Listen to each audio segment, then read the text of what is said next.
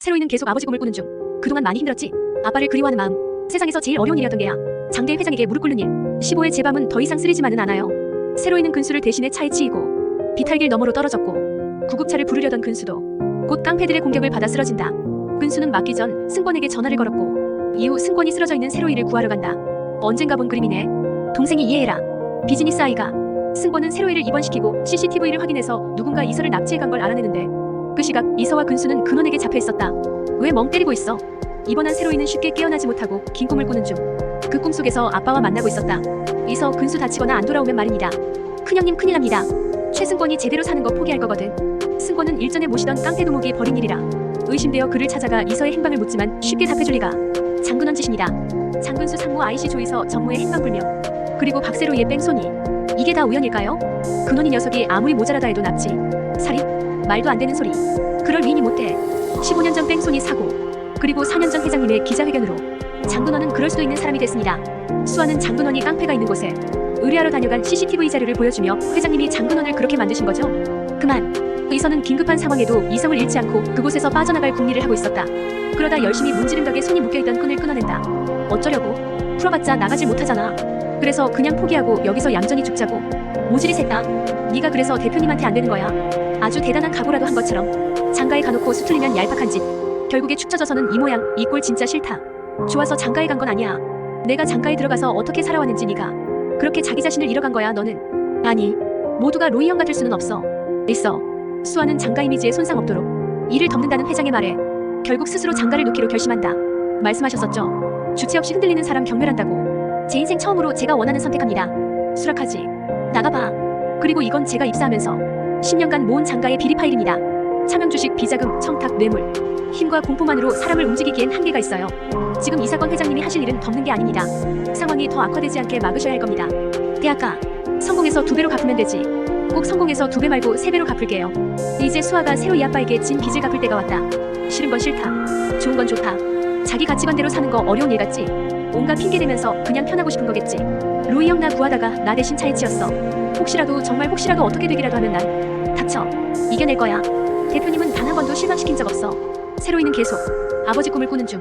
우리 어디 가는 거예요? 더 이상 네 마음이 쓰리지 않은 곳. 좋다. 만약 다음 생이 있으면 나는 안 태어나고 싶었어요. 산다는 거 힘든 일이잖아. 그런데 가자는 아빠 앞에서 세로이는 이서가 눈에 밟혀 멈춰선다. 그동안 많이 힘들었지? 네. 많이 힘들었어요. 끄덕없다. 문제없다고 꽤나 애쓰면서 살았었는데 사실은요. 있잖아요. 하루도 편한 날이 없었어요. 아빠가 그립고 누군가를 미워하면서 산다는 것 자체가 버거웠어요. 한 번만 안아봐도 돼요? 다시 태어나도 저는 아빠 아들이고 싶어요. 정말 사랑합니다. 그래. 나도 다 임마. 너무나도 힘든 일인데 나 대표님 만난 이후로 이 구절이 너무나도 와닿아요. 그럼 아빠 편히 가세요. 저는 안 가요. 몇 번이라도 좋다. 이 끔찍한 생이요. 다시. 세로이는 결국 이서가 눈에 밟혀 떠나지 못하고 아버지 혼자 보내려 한다.